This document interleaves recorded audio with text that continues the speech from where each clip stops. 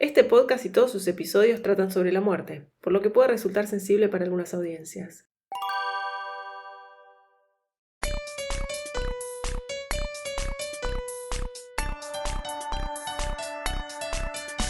Antemort es un podcast que trata sobre la muerte, pero no de una manera pura y solemne. Somos Lu y Caro y este es nuestro espacio para hablar del fin de la vida de una manera abierta, natural, sin tapujos e idealmente sin temor. ¿Para qué sirve un cementerio? ¿Qué función tienen hoy estos lugares? ¿Pueden ser algo más que un simple espacio para enterrar a nuestros muertos? Hoy te contaremos qué función cumplen los cementerios, cómo llegaron a formarse, qué lugar les damos hoy en nuestra sociedad y cómo fue cambiando nuestra percepción y relación con ellos con el paso del tiempo. Buenas, ¿cómo están? ¿Cómo estás, Caro? Muy bien porque vamos a hablar de algo que me encanta. Hoy tenemos un episodio que tratamos de acotar lo que vamos a decir, porque si fuera por nosotras podríamos hablar horas y horas sobre el tema, que es cementerios. ¡Wow! Básicamente. Quienes nos conocen saben que a nosotras nos gustan los cementerios. Básicamente no solo nos gustan, nos encantan. A un nivel que nos vamos de vacaciones y donde sea que estemos tenemos que ir a conocer el cementerio del lugar. Esto es real, esto pasó la semana pasada. De hecho, estuvimos en Córdoba y tuvimos que ir a... En Altagracia. Sí, en Altagracia fuimos a un cementerio hermoso.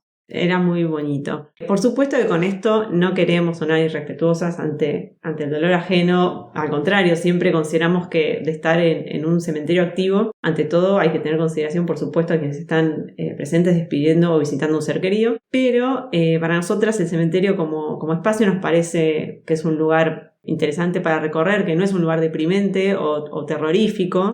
Bueno, tampoco es que tentaría la suerte y me quedaría de noche a dar vueltas por ahí. No, eso no hemos hecho. No, eso jamás. No hemos llegado a eso.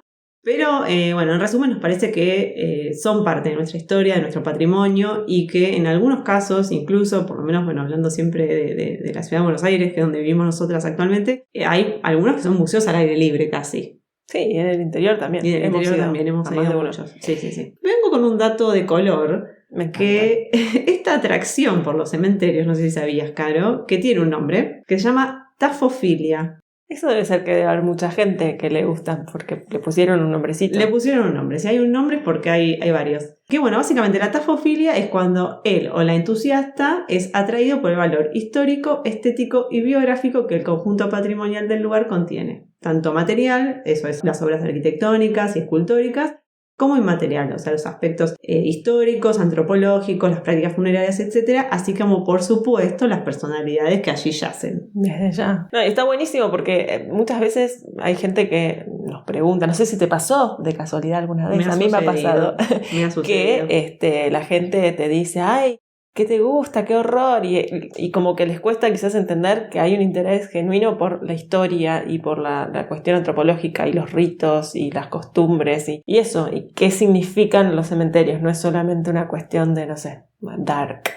Bueno, porque está un poco bastardeado, no sé si escuchaste el otro término que es necroturismo, sí. Que la verdad que es bastante feo el término. Yo con la tafofilia me gusta más. Que bueno, igual es válido. El nombre creo que entiendo que es válido y que sí, está bien. Pero sí, por ahí suena un poco más dentro fuerte. Del mundo de lo necrológico y de lo necro que conocemos, por ahí las asociaciones son más negativas. Pero bueno, más allá del interés particular que tenemos, de vuelta sobre el valor más histórico y patrimonial de los cementerios, la realidad es que los cementerios tienen un rol específico en las sociedades y eso es algo que nos interesa mucho. Vamos acá a empezar a tirar datitos que se habrán dado cuenta que nos encantan, que la palabra cementerio viene del griego, de la palabra que creería que se pronuncia koimeterion, que significa literalmente dormitorio, o sea, lugar para dormir. Lo más literal sería decir es el lugar para dormir. Y hoy la RAE lo define como el terreno generalmente cercado destinado a enterrar cadáveres. Yo me quedo con el lugar para dormir. Me gusta un poco más. Me gusta más y me gusta pensar, es como ese dormiré cuando esté muerto, un poco... Literal, me gusta. El lugar para dormir, eternamente. Me encanta. Necesito dormir. Pero bueno, si queremos agrandar un poquito más este concepto, quizás una buena definición la encontramos hace un tiempo leyendo, porque nos gusta obviamente leer sobre estos temas. Hay 3 autores que después les vamos a dejar por supuesto en el link la información, que hay una ponencia que se llama Los cementerios, territorios de memoria urbana e identidad, que es de Argentina, y la definición que le dan, que también nos gusta mucho, es: el cementerio es un lugar de memoria social y como tal un testimonio permanente de las creencias, costumbres e historias de la comunidad a la que pertenece y representa. Y además suban algo que para nosotras es muy interesante, nos interesa mucho, que es que las imágenes de la muerte, las formas de morir, las formas de sepultar, las formas de recordar, sus manifestaciones en el arte, en la arquitectura y el urbanismo cambiaron a lo largo de la historia. Y justamente son los cementerios como un reflejo de esos cambios que se han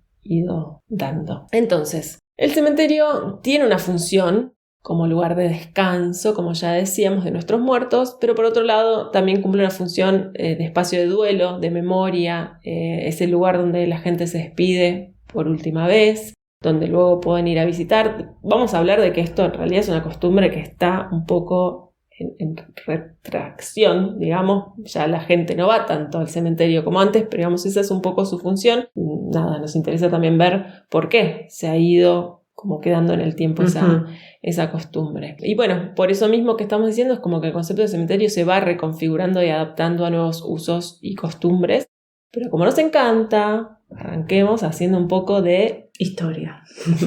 Un poco de historia de los cementerios, que para empezar estaría bueno mencionar algo que suena muy obvio pero que no lo es, y es que el ser humano es la única especie que entierra a sus muertos. Qué loco. Me encanta cuando esos datos que uno dice, wow. Sí, es verdad. Hacerlo, de hecho, enterrar a nuestros muertos es rasgo de nuestra humanidad y de que tenemos una cultura, sea la que sea, digamos, pero como seres en esta tierra nos define en cierta forma. Si nos remontamos al comienzo de los tiempos, muchas culturas y religiones han considerado desde los inicios que la muerte es una transición, en realidad nada más, para pasar de una forma de vida a la otra. Por lo tanto, en esta transición que hacemos entre que el cuerpo muere en la tierra y vamos hacia nuestra próxima vida, ese cuerpo tiene que descansar en algún lugar. Esto como concepto inicial, digamos. Y de ahí lo que veíamos de lugar para dormir, el dormitorio. El dormitorio de los griegos. Pero en el caso de los egipcios, si vamos a alguna de las civilizaciones más antiguas y más populares, digamos. Con más marketing. La muerte terrenal era considerada simplemente como una interrupción temporal en la vida, ya que las personas que vivían obviamente bajo esas creencias y su religión tenían la posibilidad de vivir eternamente gracias al renacimiento de las almas una vez que partieron de este mundo físicamente. Es decir, continuábamos, teníamos una vida en cierta forma eterna. Esto no se limitaba. O sea, no es reencarnación, es seguir viviendo solo que en otro plano. De otra forma, claro, tu alma se reencarna. Bien. Obviamente, si viene algún egiptólogo puede corregirnos en los comentarios de alguna de nuestras, o le podemos hacer una entrevista si hay un egiptólogo. Pero en principio esto es la creencia bajo la cual vivían. Desde ese punto de vista, el ritual de la momificación del cuerpo justamente era el proceso que permitía que, digamos, en mayor medida la posibilidad de la vida eterna. O sea, al momificar el cuerpo se debía disponer en una tumba o también llamada casa de eternidad. Me gusta más el dormitorio. El dormitorio sigue gustando bien. Casa de eternidad también está lindo. Para disponer a la momia, o sea, a la persona momificada, y como sabemos, hemos escuchado o hemos visto en algún documental o en alguna película, también se brindaba el equipamiento necesario para su subsistencia en este otro plano. O sea, se le dejaba bienes personales, ropa, cosas de la casa, digamos. Obviamente que cuanto más... Mascotas, tengo entendido. Mascotas animales momificadas, sus propias mascotas momificadas también. Todo esto para que esa persona pueda continuar viviendo en este otro renacimiento. Y a su vez, en el mismo lugar donde se disponía el cuerpo y todos estos bienes que tenía la persona en su momento, también había una zona de culto, ergo las pirámides. Acá me quiero detener un segundo, porque esto es un poco lo que decía del marketing, porque las tumbas, digamos, las pirámides son las tumbas quizás más famosas de la historia, y hay algo ahí que me parece re interesante, que mucha gente viaja a las pirámides, y por ahí saben que son tumbas, pero después acá es como que le da terror ir al cementerio local, digamos, y más allá de que obviamente entiendo lo imponente que son las pirámides, y es un lugar espectacular y sumamente interesante, sí me parece muy loco esto de que mucha gente vaya ahí, más allá de que quizás las momias ya no están técnicamente en ahí, esos lugares. Pero no deja de ser un cementerio al que está yendo. Pero es como que hay un desconecte ahí, ya sea por cómo se vendieron, o por cómo se ven, o porque son muy diferentes a lo que nosotros percibimos como cementerio, que mucha gente es como que no tiene ese pensamiento estando ahí, pero sí lo tiene cuando está en Chacarita, por ejemplo. Sí, creo que tiene que ver con los rituales y con la cantidad de tiempo que pasó entre una cosa y otra, y lo vemos como algo más, no sé, como algo misterioso, pintoresco, como algo de otra cultura. Que los ovnis. También puede ser los ovnis que construyeron las pirámides, pero creo que por ahí está ese desfasaje.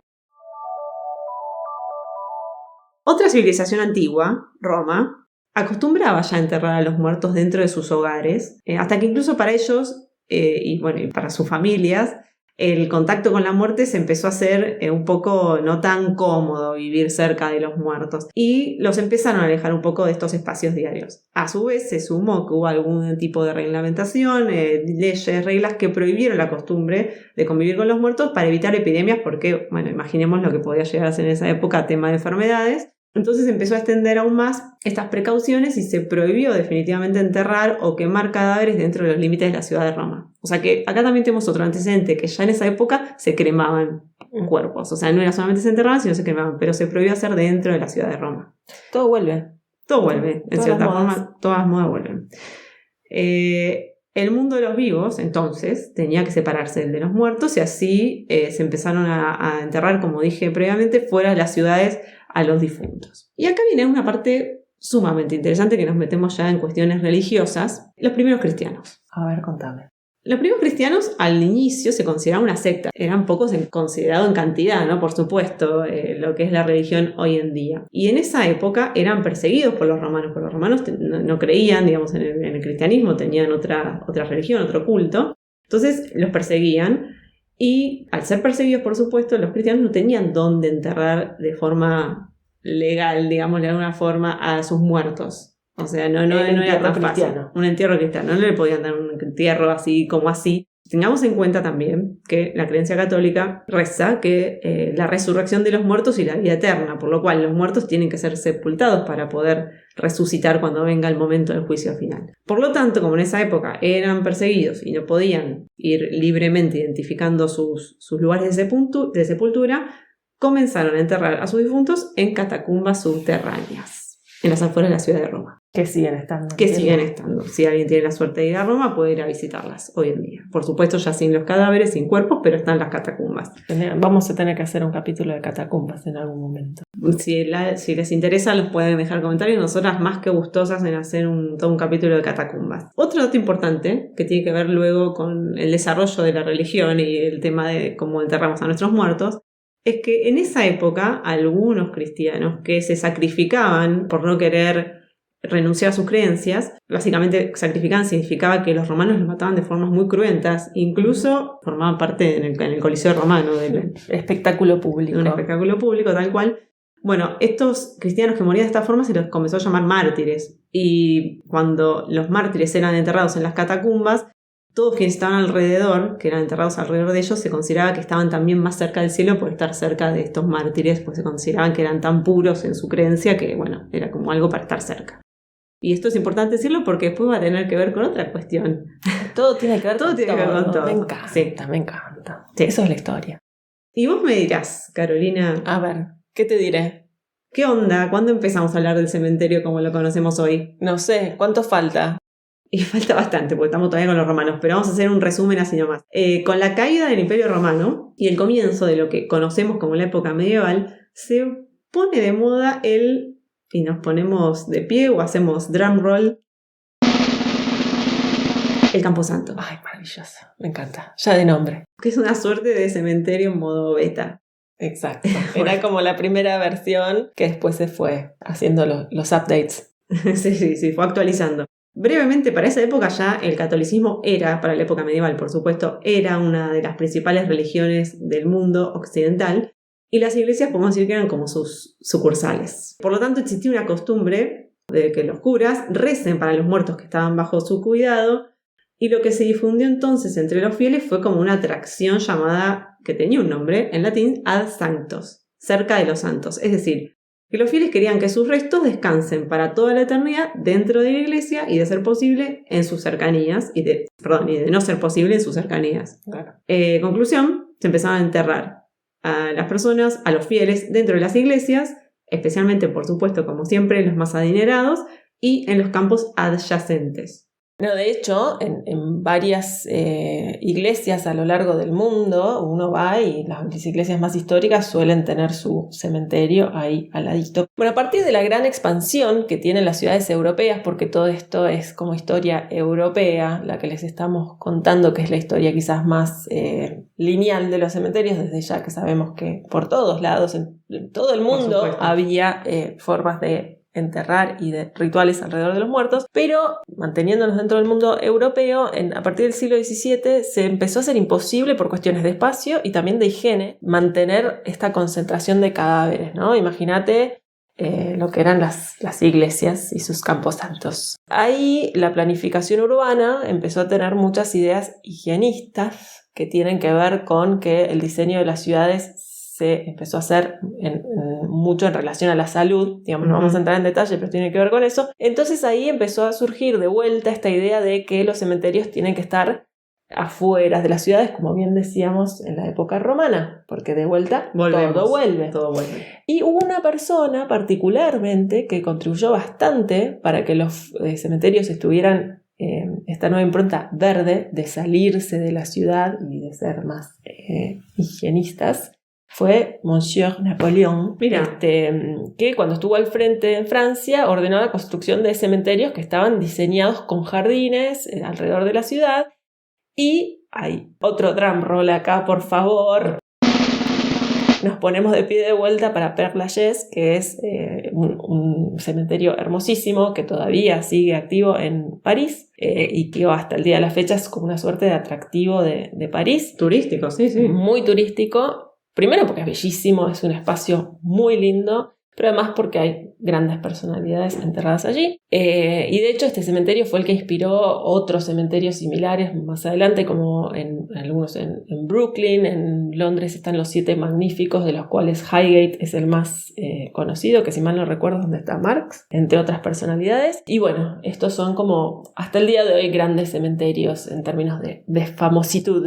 Y en el caso de Buenos Aires, el cementerio de Recoleta fue el primer cementerio público que fue inaugurado ya un poco más adelante de estas fechas que estamos hablando, en 1822. Y Chacarita, que es hoy el cementerio más grande de la ciudad de Buenos Aires y de todo el país, fue abierto en 1871 tras la epidemia de la fiebre amarilla, que lo que hizo fue que se empiece primero que hubo una gran cantidad de muertos que necesitaban sepultura, pero además que se fue corriendo la ciudad, no vamos a entrar en tanto detalle de eso, pero digamos generó un movimiento muy grande hacia el norte de la ciudad estaba muy concentrada hacia el sur y esto generó que se mueva mucho más hacia el norte. Pensemos que en ese entonces eso era como una manera de que no se colapse la ciudad ante esta emergencia sanitaria. Y de hecho, otro dato de color, te tiro acá, Lu, es que en esa época también había un cementerio en Parque Patricios, en lo que hoy es el Parque Ameguino, un Parque Ameguino, que tuvieron también, que se mudó alrededor de esa época hacia Chacarita, que se empezó a generar como este cementerio mucho más grande. Con lo cual, si vas al Parque Ameguino hoy, nada, sabelo, tenés un cementerio abajo. Obviamente se llevaron los restos, pero puede que haya quedado alguna otra cosita por ahí. Sí, bueno, no nos olvidemos que algo importante de estos cementerios es que con la creación de estos nuevos espacios, por supuesto, como siempre, para los más pudientes, fue como un momento para dejar volar la imaginación, ¿no? Y construir monumentos y bóvedas que son dignas de un museo. O sea, para el siglo XIX, para fines del siglo XIX, el cementerio se volvió también un espacio donde los ricos mostraban su poder también incluso después de la muerte. Por eso vemos esos monumentos increíbles en Recoleta, en Chacarita también. Sí, mucha gente no sabe los mausoleos impresionantes que hay en Chacarita. Sí. Y es la verdad que hay una parte que es muy similar en algún punto a lo que es Recoleta. Sí. Bueno, ¿qué pasa con los cementerios hoy? Venimos a la actualidad. ¿Qué pasa con los cementerios hoy? Bueno, no pasa nada. Perdón que lo diga así, pero los cementerios están como que uno va al cementerio porque una va al cementerio y realmente están bastante estáticos. Pero hablemos un poco más. Bueno, sí. Hoy, además de los cementerios que conocemos, que justo mencionamos particularmente en la ciudad de Buenos Aires, Recoleta, Chacarita, y también Altagracia, Altagracia, como mencionamos al inicio del episodio, existen los famosos cementerios parques, que son estos cementerios que están fuera del AMBA, de la ciudad de Buenos Aires, que fue muy común su proliferación durante los últimos 30 años y que se fueron masificando en cierta forma, vienen de una década controvertida de los 90s, donde se puso en marcha también todo un fenómeno de apropiación del espacio y de privatización de áreas periféricas a la ciudad. Y bueno, se fue consolidando también esta práctica social. Que tampoco es que solo existe en Argentina. No. Claramente fue parte como de una tendencia más global, pero que también tiene que ver con estos movimientos sociales y urbanos que hay, porque también la ciudad, y de vuelta estamos hablando de la ciudad de Buenos Aires, pero esto aplica para varias grandes ciudades de Argentina, también la gente empieza a moverse hacia afuera de la ciudad y sobre todo la gente más pudiente empieza a moverse hacia afuera de la ciudad, entonces tampoco es casual que estos grandes parques cementerios, que suelen ser bastante caros para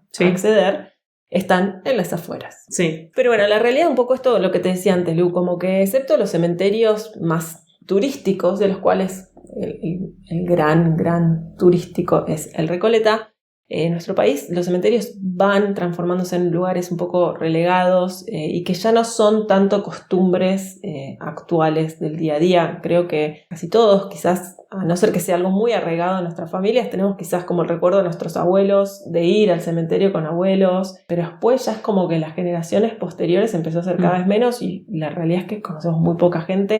Acá sacando el interés puntual que tenemos nosotras, que nos gusta ir al cementerio, como que la gente ya no va tanto. También, aún así, incluso en los privados, ya no es plan para la mayoría de la gente ir el domingo a dejarle flores a sus seres queridos. Tampoco es una excusa para un paseo para la gran mayoría de la gente. La realidad es que igual, obviamente, de vuelta, queremos hacer la salvedad, hay ciertas familias, hay culturas, hay comunidades donde el cementerio está mucho más inserto en el entramado de la comunidad. Exacto. Pero estamos hablando acá generalizando un montón y venimos hablando de cómo fue, de lo importante que era el camposanto, de cómo se constituyeron los cementerios y hoy en día lo que decimos es realmente están como un poco olvidados.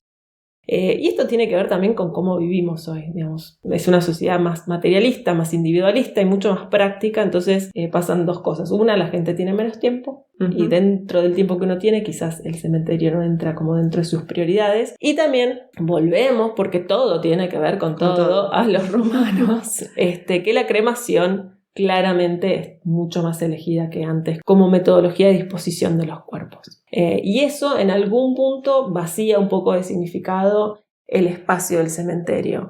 No vacía de significado en absoluto los rituales que hay alrededor de las cenizas, ya sea de tenerlas en la casa o esparcirlas en algún lugar, pero el cementerio como un lugar donde uno va a rendir culto o a rendir un homenaje a una persona puntualmente que yace ahí, ya casi que no existe.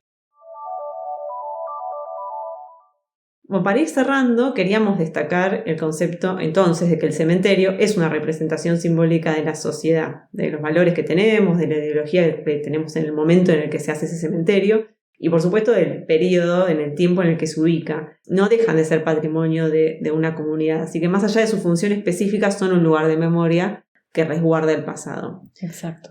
Pasar de las iglesias, como mencionábamos antes, que era como el lugar principal para enterrar a los muertos, a los cementerios tradicionales y posteriormente a los cementerios parques y a la cremación, no solo implica un cambio de lugar geográfico, sino que también implica la forma en que practicamos, en que vivimos y que significamos estos lugares, como bien decías vos, Caro, antes. Así que bueno, lo que queríamos dejar como concepto final es que los cementerios son mucho más que un lugar donde el pasado descansa, entre comillas, en paz. Los cementerios son también hoy un lugar donde habla de nosotros como individuos y como sociedad y bueno. Y de nuestra historia. Y de nuestra historia, por supuesto. Bueno, les vamos a dejar en las notas y les vamos a recomendar libros, por supuesto. Entre ellos uno de nuestros favoritos, que es de nuestra querida Mariana Enríquez, que ahora es muy conocida por ficción, pero ella también ha escrito cosas de no ficción y entre ellos escribió relatos de visitas a cementerios en Alguien camina sobre tu tumba, que cuenta sus visitas a distintos son crónicas. Sí. Ella también... Es un poco ficcionado también. Es un poco ficcionado. Ella dijo que es crónica y un poco ficcionado. Le decimos por las dudas, por si lo leen van a darse cuenta. Bueno, pero ella también sufre de... Ella también es tafofílica. Ella como es tafofílica, lo ha dicho, lo dice siempre, no es algo oculto. Bien, después tenemos otro libro de un italiano que se llama Historias de lamentos y locuras. El autor se llama Giuseppe Marcenaro, lo vamos a dejar obviamente igual los links en las notas. Y después hay un libro muy clásico de Philippe Ariès que se llama Morir en Occidente. Que básicamente cuenta toda la historia de la muerte en Occidente.